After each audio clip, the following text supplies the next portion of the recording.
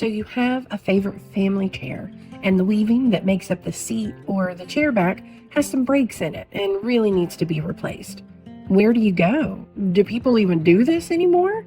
You're in luck, because they do. Chair caning has been around for ages, and lots of times the skill was just passed down through the family. Most caning is done by using small strips that are cut from a rattan palm.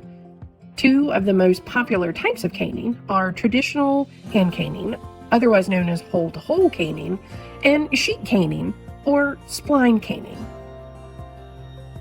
If it's hand cane, the strips will be soaked in water to soften them and then woven by hand, strand by strand, through holes that are drilled around the edge of the seat until a tight, intricate weave has been achieved.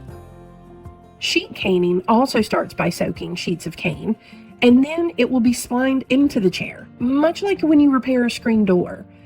How do you know the difference? Well, if you look at the backside of your chair or under the chair seat and you see caning strands looping from hole to hole, that's hand caning. You can usually also tell if the caned area has pieces of reed overlapping and holding down the border piece.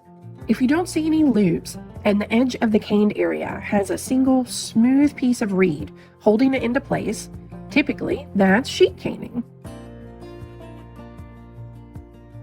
Both involve skill and loads of patience. The cane itself can be tough to work with. If it's too dry, it can crack or break, and if a piece is too wet and weak from weaving, it can split. This is why not many people do this type of repair anymore. It's just so labor intensive. But for those that stick with it and just keep going, the results are truly beautiful.